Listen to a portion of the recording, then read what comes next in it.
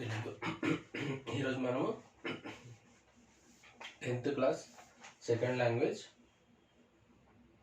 ఉపవాచకంలో third lesson స్ఫూర్తి ప్రదాతలు ఓకేనా. అలాగే రామస్వామి గురించి తెలుసుకుందాం. ఏమంటారు బయోగ్రఫీ అంటాం. స్ఫూర్తి ప్రదాతలు అంటే వారి జీవితం యొక్క ఎలాంటి ఘటనలు జరిగాయి, జీవితంలో వారి ముఖ్య ఘటనలు ఏంటి, వారు సమాజంలో చేసిన కృషి ఎటువంటిది, దాని గురించి తెలుసుకునే ప్రయత్నం చేద్దాం మనం. సమాజంలో అట్టడుగున పడి ఉన్న పీడిత, తాడిత, నిమ్న జాతుల ప్రజల సముద్ధరణకై కంకణం కట్టుకుని వారిలో చైతన్యం కలిగించడానికి అహోరాత్రులు కృషి చేసిన దీన జనోద్ధారకుడు. అంటే ప్రజలకు చైతన్యం కలిగించడానికి నిమ్న జాతుల ప్రజలు అంటే ఎవరైతే మనం పీడిత ప్రజలు అంటాం కదా, నిమ్న జాతులు అంటే తక్కువ, మనమైతే సమాజంలో అనగారిన వారు ఎవరైతే ఉంటారో, పేదవారు, కటిక పేదవారు, అంతకంటే అటువంటి వారిని వారి చైతన్యం కలిగించి వారి జీవితంలో మెలుగు నింపడానికి అహోరాత్రులు అంటే అంటే వారి జీవితాన్ని పగలనక రాత్రనక కృషి చేసిన మహా ఉద్ధారకుడు అని అర్థం. గొప్ప సంఘ సంస్కర్త, దేశభక్తుడు అరిగే రామస్వామి. గొప్ప దేశభక్తుడు మరియు సంస్కరణలను పాటించడానికి, మనం ఇచ్చిన సంస్కరణలు గొప్ప సంస్కరణలు పాటించడానికి ప్రతి ఒక్కరిని చైతన్యం కలిగించిన వ్యక్తి. ఆనాడు నిరంకుశ పాలన, ప్రజలకు ఏ విషయంలోనూ స్వేచ్ఛ లేదు. అంటే అప్పుడు నిజాం పాలనలో అంటే నిరంకుశతంగా పాలించే ఎవరికి కానీ స్వేచ్ఛ స్వాతంత్ర్యాలు లేవు. ఇక ఆ రోజులలో వెనుకబడిన తరగతుల ప్రజల పరిస్థితి మరింత దుర్భరంగా ఉండేది. అంటే వాళ్ళు ఇంకా బాధపడి వారి కష్టాలు ఇంకా ఎక్కువగా ఉండేది. హిందీ సమాజంలో అంటరాని వారుగా అణిగి ఉన్న వీరి మీద పలుకుబడి గలవారు అంటే ఎవరైతే హిందూ సమాజంలో అంటరాని వారు అంటాం కదా, అలాంటి ఒక మూడు ఆచారాలను ఉండడం వల్ల ఇంకా వారి మీద దౌర్జన్యాలు, ఇంకా వారి బలహీన ప్రజల మీద ఇంకా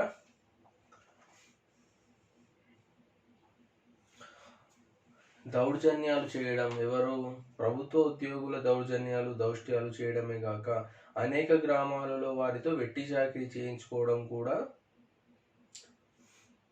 జరుగుతున్నది. అంటే వెట్టి చాకిరీ అంటే తగిన వేతనం, అంటే మనం ఒక పని చేసుకొని అతనికి తగిన వేతనం ఇవ్వకుండా, నార్మల్గా అసలు డబ్బులే ఇవ్వకుండా అతను పొద్దంతా సాయంత్రం అంతా చేపిస్తున్నారు. ఎందుకు చేపిస్తాం? వాళ్ళు సమాజంలో బడుగు బలహీన వర్గాల వారు ఉండడం వల్ల అది వారు చేసిన తప్ప. దానివల్ల వారిని అలా గుర్తించకుండా వారి కష్టాన్ని, వారి శ్రమ దోపిడిని, వారి యొక్క సమాజంలో ప్రతి దాంట్లో వాళ్ళు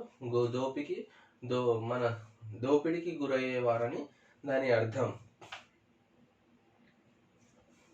అజ్ఞానంలో కరడుగట్టిన మూఢాచారాలు చట్రంలో చిక్కుకొని నలుగుపోతున్న పీడిత ప్రజానానికి ఆశాజ్యోతి చూపించిన ప్రముఖ హరిజన నాయకులు హైదరాబాదు సంస్థానంలో ఆనాడు ముగ్గురున్నారు. వారిలో ఒకరు అరిగే రామస్వామి, రెండవ వారు భాగ్యరెడ్డి వర్మ, మూడో వ్యక్తి బిఎస్ వెంకట్రావు. అంటే ఆనాడు ఏంటంటే అందరూ ఎవరైతే బడుగు బలహీన వర్గాల వారిని అనగదొక్కడం, వారిని పైకి రాకుండా వారి ఇంకా కష్టాల పాలు చేయడం, వారి శ్రమ దోపిడి అంటే వారి వెట్టి చాకిరిలాగా చేపించడం, వారి యొక్క ప్రజల జీవితాలతో ఇంకా దుర్భర స్థితికి చేరడానికి అటువంటి ఒక ఆచార వ్యవహారాలు, మూఢనమ్మకాలుగా సమాజంలో ఉండేది. దానిని నిర్మూలించడానికి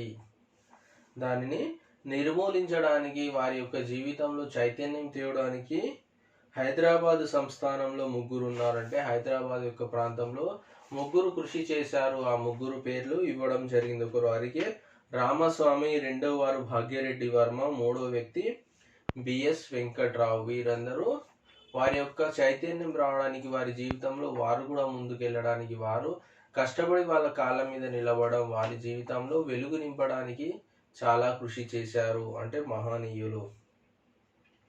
రామస్వామి 1895లో సికింద్రాబాదులోని ఒక నిరుపేద హరిజన కుటుంబంలో జన్మించాడు. కొద్దిపాటి విద్యాభ్యాసం తర్వాత రైల్వే ఆడిట్ ఆఫీసులో ఆఫీసు బాయ్గా జీవితాన్ని ప్రారంభించి పలు రకాల ఉద్యోగాలు చేశాడు. అంటే 1895లో సికింద్రాబాద్లోని ఓ నిరుపేద హరిజన కుటుంబంలో అతను జన్మించడం జరిగింది. కొద్దిపాటి విద్యాభ్యాసం తర్వాత, కొద్దిగా చదువుకున్న తర్వాత రైల్వే ఆఫీస్లో ఒక ఆఫీస్ బాయ్గా చేరి జీవితాన్ని ప్రారంభించి వివిధ రకాల ఉద్యోగాలు చేశాడు. అంటే పలు రకాల ఉద్యోగాలు చేయడం జరిగింది అంచెలంచెలుగా.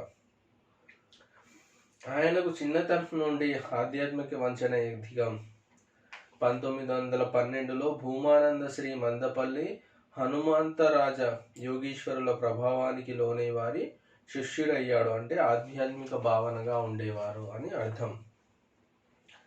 ఆనాటి నుంచి సంపూర్ణంగా శాకాహారి అయి గురువు అడుగుజాడలలో సమాజ కళ్యాణానికి కృషి చేయడానికి ఆరంభించాడు. గురువు ఆశీస్సులతో సునీత బాల సమాజం పేరిట ఒక సంస్థను నెలకొల్పి సికింద్రాబాద్, కమ్మరిగూడ మొదలైన బస్తీలలో సంఘ సంస్కరణలు పూనుకున్నాడు. ఈ సమాజం ముఖ్య ఉద్దేశాలలో ప్రజలను బాగా వ్యాప్తించి తాగుడు ఉన్న దుర్వసాన్ని మాన్పించడం, నిరక్షరాస్యత నిర్మూలన కృషి చేయడం, హరిజనులలో ఉన్న ఉపదెగలు, మాలా మాదిగ, మాలా దాసరి మొదలైన వాటిని తొలగించి వారిలో సమైక్యతను పంపించడం. అంటే వాళ్ళను సమైక్యంగా ఆ ప్రాంతంలో ఏం చేశాడు?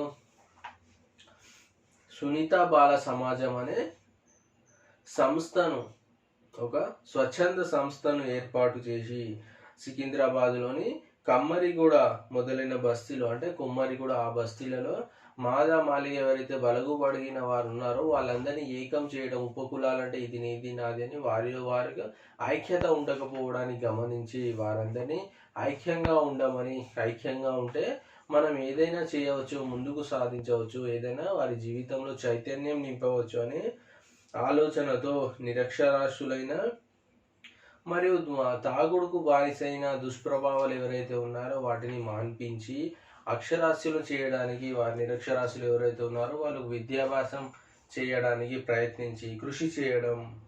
మరియు మూఢాచారాల్లో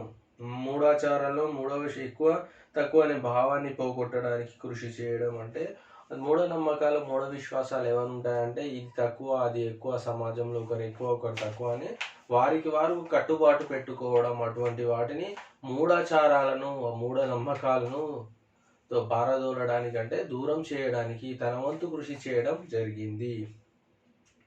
సాంఘిక న్యాయాన్ని సాధించడం, జంతు బలి నిషేధించడం ముఖ్యమైనవి.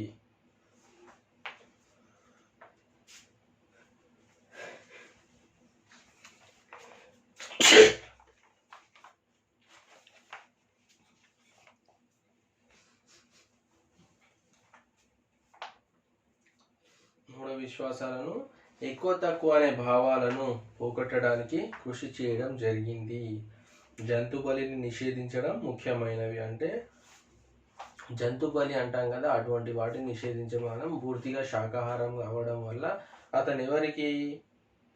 శ్రీ మందపల్లి హనుమంతరాజు యోగీశ్వరుల ప్రభావానికి లోనే ఆధ్యాత్మిక భావన ఉండడం, అతని మనసులో ఆధ్యాత్మిక భావన ఉండడం వల్ల మనం ఒక జంతు బలి అనేది ఆయనకు ఇష్టం లేకుండే కాబట్టి అతను వేరే వాళ్ళు కూడా ప్రోత్సహించడం జరిగింది.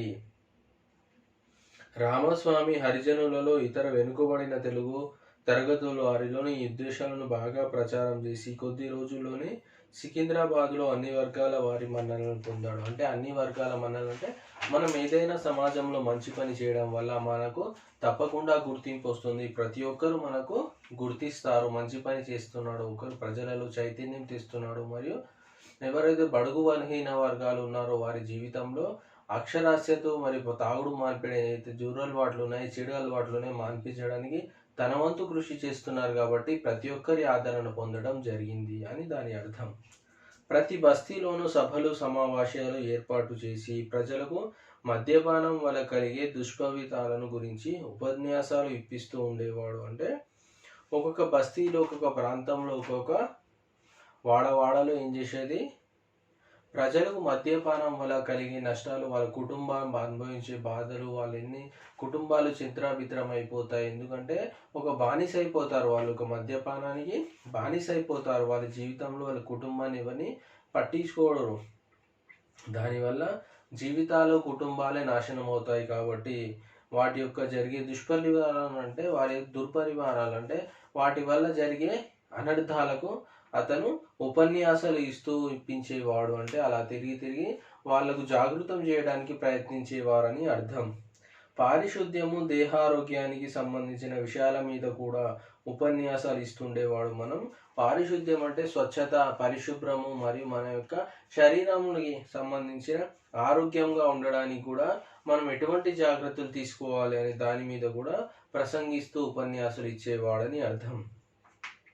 నగరంలో హరిజనులు తదితర వెనుకబడిన తరగతుల ప్రజల అభ్యున్నతి కోసం కృషి చేసి సాంఘిక సంస్థలైన జాతీయోన్నత సభ, అది హిందూ మహాసభ, అది హిందూ సోషల్ సర్వీస్ లీగ్ మొదలైన వాటి కార్యకలాపాలలో కూడా రామస్వామి ప్రముఖంగా పాల్గొనేవారు. ఈ సంస్థల ప్రముఖ కార్యకర్తలు Bhagya Reddy Varma, R Lakshmaiah, ML Adaiah, CS Yathirajulu మొదలైన వారితో కలిసి రామస్వామి ప్రతి సంఘసేవా కార్యక్రమంలో ప్రధాన పాత్ర పోషిస్తూ ఉండేవాడు. వీరందరూ హైదరాబాదు, సికింద్రాబాదు నగరాలలో హరిజన అభ్యుదయానికి కృషి చేసిన వారే. అంటే వీళ్ళందరితో కలిసి ఈ హైదరాబాదు, సికింద్రాబాదు నగరాలలో హరిజన అభ్యుదయానికి అంటే గిరిజన ఎవరైతే అట్టడుగున ఉన్నారో వాళ్ళ అభ్యుదయానికి, వాళ్ళ యొక్క జీవితంలో చైతన్యం కలగడానికి వారు తమ వంతు కృషి చేశారు అని దాని అర్థం. ఆనాటి నిజాం ప్రభుత్వం అరిగే రామస్వామిని హైదరాబాద్ మున్సిపల్ కార్పొరేషన్ సభ్యులుగా నియమించింది. అంటే అప్పటి నిజాం ప్రభుత్వం అరిగే రామస్వామిని కార్పొరేషన్ సభ్యులుగా నియమించడం జరిగింది. ఆ రోజుల్లో ఈ పదవికి నామినేట్ అయిన ప్రథమ హరిజన అభ్యర్థి అతడే. అంటే ఇతడే అంతకుముందు అంటే ఎవరిని కూడా అతను గిరిజన అంటే అట్టడుగున ఉన్నవారు బలహీన వర్గాల నుండి వచ్చి ఆ పదవిని ఎవరు చేపట్టలేదు. కానీ ఆ నిజాం ప్రభుత్వంలో అతనిని ప్రథమ అంటే అతనే ఫస్ట్ అభ్యర్థి. ఏవైతే గిరిజన బహుజన అంటాం కదా, వారి నుండి వచ్చి ఆ పదవిని సంపాదించి ఆ పదవిని నిర్వర్తించడం జరిగింది. మున్సిపల్ కౌన్సిలర్గా ఉన్న నగర పరిపాలనా కార్యక్రమాలను అత్యంత శ్రద్ధగా నిర్వహించాడు. అంటే చాలా శ్రద్ధతో మమేకంతో ఒక పనిని జాగ్రత్తగా చేయడం జరిగింది. అతను ఇచ్చిన విధులను నిర్వర్తించడం జరిగింది. తెలంగాణలో గ్రంథాలయ ఉద్యమానికి ఒక ప్రత్యేకత ఉంది. రామస్వామి గ్రంథాలయ ఉద్యమంలో పాల్గొని గ్రామాలలో గ్రంథాలయాలు నెలకొల్పుకుంటూ అంటే గ్రామాలలో కూడా గ్రంథాలయాలు నెలకొల్పడానికి వాటి ఆధ్వర్యంలో నిరక్షరాస్యత నిర్మూలనలోనూ ఎంతో కృషి చేశాడు. అంటే గ్రంథాలయాలు ఉండడం వల్ల ఏంటంటే ఆ గ్రామంలో కానీ ఆ ప్రాంతంలో కానీ నిరక్షరాస్యులు ఉండరు, అందరూ అక్షరాస్యులే ఉంటారు. ఎవరైతే చదువుకున్న వారు ఇంకా ముందుకు వస్తారు. అదే మనం చదువు లేకుంటే అది అభివృద్ధి చెందదు ఆ ప్రాంతం కానీ ఆ యొక్క ఉన్న స్థలం కానీ. నిజాం రాష్ట్ర ఆంధ్ర మహాసభ స్థాపన కాలం నుంచి దానిలో సభ్యులుగా ఉండి ఆంధ్ర మహాసభ కార్యక్రమాలలో పాల్గొనేవాడు. నాటి ఆంధ్ర మహాసభ ద్వారా ఆయన చేసిన కృషి ఎంతో ప్రశంసనీయమైనది. ఆనాటి హైదరాబాదు రాష్ట్రంలో ఆంధ్ర మహాసభ నాయకురాలైన శ్రీయుతులు బుర్గుల మాడపాటి సురవరం కొండ, మందుమాల డాక్టర్ చెన్నారెడ్డి వంటి వారి సహచర్యంలో ఉండి జాతీయ ఉద్యమంలో ప్రధాన పాత్ర పోషించాడు. ఆంధ్ర మహాసభలలో చీలికలు వచ్చినప్పుడు ఆయన జాతీయ కాంగ్రెసు ఆంధ్ర మహాసభలోనే కొనసాగాడు. అంటే ఆయన రాజకీయంగా కూడా ఉద్యమంలో పాల్గొనడం జరిగింది. ఆంధ్ర మహాసభలలో అంటే అటువంటి సభలలో పాల్గొనడం జరిగిందని అర్థం. రామస్వామి నిజాం రాష్ట్ర ఆంధ్ర మహాసభలో కార్యవర్గ సభ్యుడుగా, ఆల్ ఇండియా కాంగ్రెస్ కమిటీ సభ్యుడుగా, నిజాం రాష్ట్ర ఆంధ్ర రాష్ట్ర కాంగ్రెసు కమిటీ కార్యవర్గంలోనూ చాలా కాలం సభ్యులుగా ఉన్నాడు. 1950-52 మధ్య కాలంలో ఆంధ్ర రాష్ట్ర కాంగ్రెస్ కమిటీ సంయుక్త కార్యదర్శిగా పనిచేయడం జరిగింది. అంటే ఆ కాలంలో 1950-52 మధ్య కాలంలో ఆంధ్ర రాష్ట్ర కాంగ్రెస్ కమిటీ సంయుక్త కార్యదర్శిగా అతను విధులు నిర్వర్తించడం జరిగింది.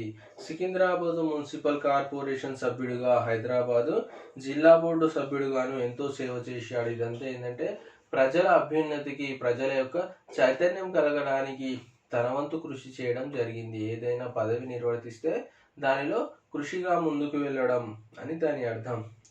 పోలీసు చర్య తర్వాత కేంద్ర ప్రభుత్వం భారత పార్లమెంటుకు హైదరాబాద్ సంస్థానం నుంచి నామినేట్ చేసిన పార్లమెంటు సభ్యులలో రామస్వామి ఒకరు. అంటే పోలీస్ చర్య తర్వాత ఇక్కడి ప్రభుత్వం వారి యొక్క ఆధీనంలో తెచ్చుకున్న తర్వాత ఇక్కడ కూడా హైదరాబాద్ నగరాన్ని మన భారతదేశంలో సంస్థ నుంచి అంటే మన దాంట్లో సంవిలీనం చేసుకున్న తర్వాత, అందులో కలుపుకున్న తర్వాత ఏం జరిగింది, భారత ప్రభుత్వం అంటే కేంద్ర ప్రభుత్వం భారత పార్లమెంటుకు హైదరాబాద్ సంస్థానం నుండి నామినేట్ చేయడం జరిగింది. ఏం చేశారు, ఇక్కడ నుండి ఆయనను నామినేట్ చేసి పార్లమెంటు సభ్యులలో ఒకరు, అంటే ఆయనే ఒక పార్లమెంట్ మెంబర్, అంటే మెంబర్ పార్లమెంట్ అంటాం కదా ఎంపీ, అటువంటి వారిలో రామస్వామి ఒకరని అర్థం.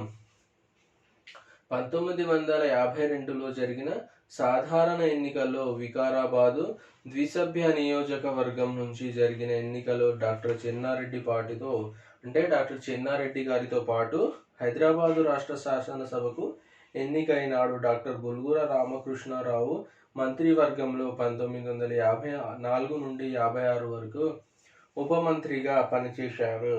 ఆంధ్రప్రదేశ్ అవతరణ తర్వాత కూడా శాసనసభకు ఎన్నికై కొంతకాలం బ్రహ్మానందరెడ్డి మంత్రివర్గంలో ఉప మంత్రిగా ఉండి సేవ చేయడం జరిగింది. అంటే ఆయన రాజకీయ జీవితంలో కూడా ఇలాంటి సంఘటనలు జరిగాయని చెప్పడం జరిగింది.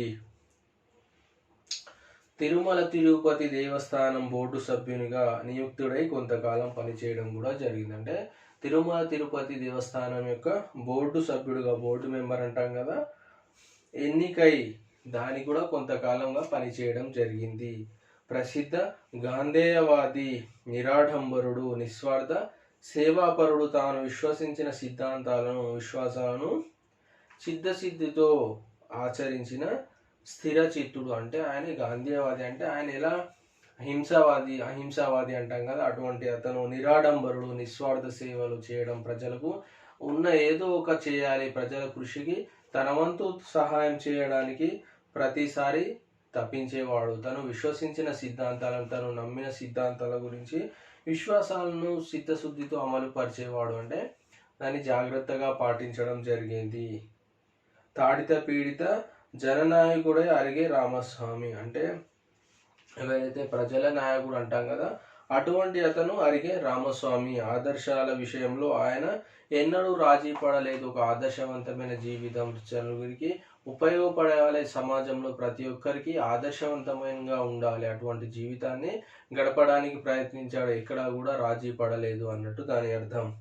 1973 జనవరి 26వ తేదీన రామస్వామి మరణించడం జరిగింది. అంటే 1973 జనవరి 26న అతను మరణించడం జరిగింది. తెలంగాణ ప్రాంతపు హరిజన ఉద్యమంలోను, శ్రామిక జనవాళి విమోచనోద్యమ చరిత్రలోను రామస్వామి గల స్థానం మహోన్నతమైన. అంటే ఆయన యొక్క ఉద్యమం చేయడం, హరిజన గిరిజన ఎవరైతే ఉన్నారో వారి యొక్క అభ్యున్నతికి, అటువంటి బడుగు బలహీన వర్గాల వారికి వారి యొక్క కృషి చేయడానికి, వారి జీవితంలో నింపడానికి, వారి జీవితంలో చీకటిని తొలగించి వెలుగు కాంతులు నింపడానికి అంటాం కదా, వారి జీవితంలో అక్షరాస్యులై వారి యొక్క చైతన్యవంతులు చేయడానికి ఆయన చాలా కృషి చేశారు. ప్రతి ఒక్కరికి ఆయన తన వంతు సహాయం చేయడం జరిగింది. మహోన్నత స్థానం అంటే ఆయన ఉన్నతమైన స్థానానికి వెళ్ళడానికి చాలా కారణాలు, అంటే అటువంటి సేవా కార్యక్రమాలు చేశారు కాబట్టి ఒక మహోన్నత వ్యక్తిగా ఆయనను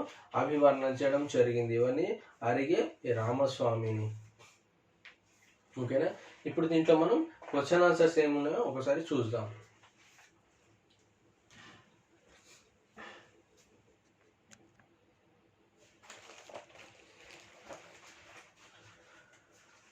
ఓకే, దీంట్లో క్వశ్చన్ ఆన్సర్స్ ఏమున్నాయో చూద్దాం ఒకసారి. అరిగే రామస్వామి గారి వ్యక్తిత్వాన్ని వివరించండి. అంటే వ్యక్తిగతం, అతను వ్యక్తిత్వం ఎటువంటి వాడు అనేది అడగడం జరిగింది. సమాజంలో అట్టడుగు పడి ఉన్న పీడిత, తాడిత, నిమ్న జాతుల ప్రజలకి అహర్నిశలు కృషి చేయడం జరిగింది. ఆయన ప్రతి ఒక్కరికి కంకణం కట్టుకొని చైతన్యం కలిగించడానికి అహోరాత్రులు కృషి చేశారంటే రాత్రనగా పగలనగానే కృషి చేయడం జరిగింది. గొప్ప సంఘకర్త, దేశభక్తుడు మరియు అరిగే రామస్వామి. ఆనాడు నిజాం నిరంకుశ పరిపాలనలో ఏ ప్రజలకు ఏ విషయంలోనూ స్వేచ్ఛ లేదు. అంటే ప్రతి దాంట్లో వాళ్ళు అనగదొక్కడం, వారిని ప్రతి దాంట్లో శ్రమ దోపిడీ లాంటిది గురి చేయడం, వారి యొక్క పనికి జీవితాన్ని ఇవ్వకుండా వెట్టి చాకిరి అటువంటి దానికి చేయడం, అంటరానితనం వారిగా అణిగణిగి ఉన్న వారి అలుకుపడి అంటే అణగారిన వర్గాలు ఎవరైతే కింద ఉంటారో, నిమ్న జాతులు ఉంటారో వారి మీద పలుకుబడి ఉన్నవారు ప్రభుత్వ ఉద్యోగులు దౌష్టాల్యాలు ఎక్కువగా చేయడం జరిగింది. అనేక గ్రామాల్లో వెట్టి చాకిరి చేసుకోవడం కూడా జరుగుతూ ఉండేది. అజ్ఞానంలో కరుగట్టిన మూఢాచారాలు చట్రంలో చిక్కుకొని నలిగిపోతున్న పీడిత ప్రజానికానికి ఆశాజ్యోతి చూపించిన ప్రముఖ హరిజన నాయకుడు హైదరాబాదు సంస్థానంలో ఆనాడు ముగ్గురున్నారు. వారిలో ఒకరు అరిగేసామి, రెండవ వారు భాగ్యరెడ్డి వర్మ, మూడో వ్యక్తి బిఎస్ వెంకట్రావు. వీరి గురించి అడగడం జరిగింది. రామస్వామి అన్ని వర్గాల మన్నలను ఎలా పొందాడంటే, అన్ని వర్గాలంటే నిమ్న జాతులైన ప్రతి ఒక్క సమాజంలో ఉండేవారు వారి యొక్క మన్నలు అంటే వారి యొక్క మనం చేసే పని వల్ల, మనం చేసే కృషి వల్ల, మనం చేసే ప్రజలకు సేవా గుణం ఏదైతే ఉంటుందో దానివల్ల ప్రతి ఒక్కరు మనల్ని ఆదరిస్తారు, అభినయిస్తారు అనే అర్థానికి చెప్పడం జరిగింది. ఆయనకు చిన్నతనం నుండి ఆధ్యాత్మిక వంచన అధికం. 1912లో భూమానంద శ్రీ మందపల్లి హనుమంతరాజ యోగీశ్వరుల ప్రభావానికి లోనై వారి శిష్యుడు అయినాడు. ఆనాటి నుండి సంపూర్ణంగా శాకాహారి అయి గురువు అడుగుజాడల్లో సమాజ కళ్యాణానికి కృషి చేయనారంభించాడు. గురువు ఆశీస్సులతో సునీత బాల సమాజం పేరిట ఒక సంస్థను నెలకొల్పి సికింద్రాబాదు, కమ్మరిగూడ మొదలైన బస్తీలలో సంఘ సంస్కర్తకు పూనుకోవడం జరిగింది. అంటే వారి యొక్క సంఘంలో మనం చేయాల్సిన చైతన్యం వారి సంస్కర్తలాగా వారి సంఘంలో దురలవాట్లు, చెడలవాట్లు, వారసత్వం ఉన్న ఎవరైతే అంటరానితనం అంటాం కదా అటువంటి వాటిని పారదోలడానికి అతను తన వంతు కృషి చేయడం జరిగింది. నిరక్షరాస్యతను నిర్మూలించడానికి కృషి అంటే అందరూ అక్షరాస్యతులుగా ఉండాలి, అందరూ చదువుకొని వారే ఉండాలని తన వంతు కృషి చేయడం జరిగింది. హరిజనులలో ఉన్న ఉపతెగలు మాల, మాదిగ, మాలదాసరి మొదలైన వాటిని తొలగించి వారిలో సమైక్యంగా ఉండడానికి కృషి చేయడం, మూఢాచారాలు, మూఢ విశ్వాసాలను, తక్కువ ఎక్కువ అనే భావాలను పోగొట్టడానికి తన వంతు కృషి చేయడం జరిగింది. అంటే అప్పుడున్న సమాజంలో కొద్ది రోజుల్లోనే సికింద్రాబాద్ అన్ని వర్గాల వారి మనల్ని పొందడం జరిగింది. అంటే దాని ఉద్దేశం ఏంటంటే అటువంటి సమాజంలో మనం ఏదైనా మంచి పని చేసినప్పుడు, ప్రతి ఒక్కరికి ఉపయోగపడి చేసినప్పుడు ప్రతి ఒక్కరు మనల్ని గమనిస్తూ ఉంటారు, మన కృషిని అభినందిస్తారు, ఆనందిస్తారు మరియు మనల్ని ప్రోత్సహించడం జరుగుతుంది. అటువంటి దానిలో అరిగే రామస్వామి ఒకరు అని దాని అర్థం.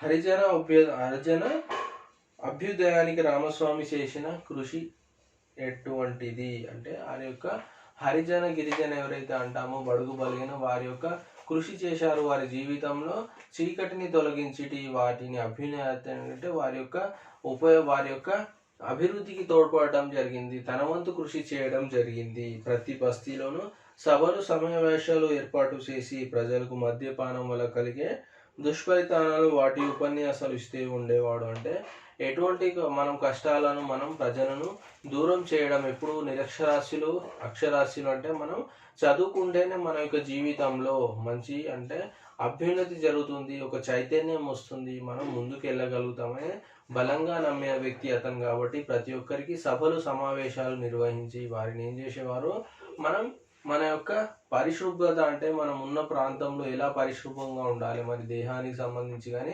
శరీరానికి సంబంధించి కానీ ఆరోగ్యంగా ఉంటే మనం ఎలా ముందుకు వెళ్తాం అటువంటి విషయాల్లో అతను జాగృతి చేసేవారు. అంటే సభలు, సమావేశాలు నిర్వహించి దాని గురించి ఇవ్వడం జరిగింది. మరియు అట్లనే కంటిన్యూగా ఏమి ఇచ్చాడు, ఒక పారాగ్రాఫ్ ఇచ్చి దాంట్లో క్వశ్చన్ ఆన్సర్స్ ఇవ్వడం జరిగింది. అలానే మిగతా దాంట్లో కూడా ఇవ్వడం జరిగింది. అవన్నీ మనం చూసుకుంటూ రాయవచ్చు. ఓకేనా? ఓకే, ఈరోజు సాక్షి మనం ఏం తీసుకుందాం కంటిన్యూగా అట్లనే.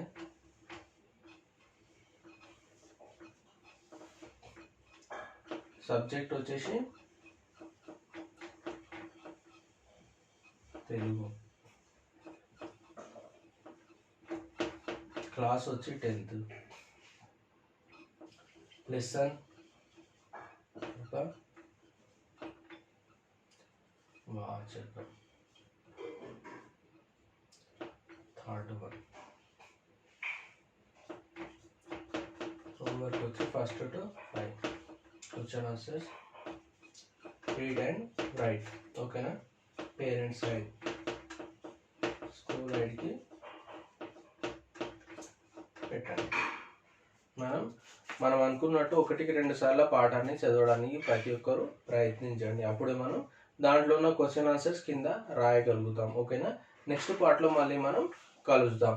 ఓకే పిల్లలు.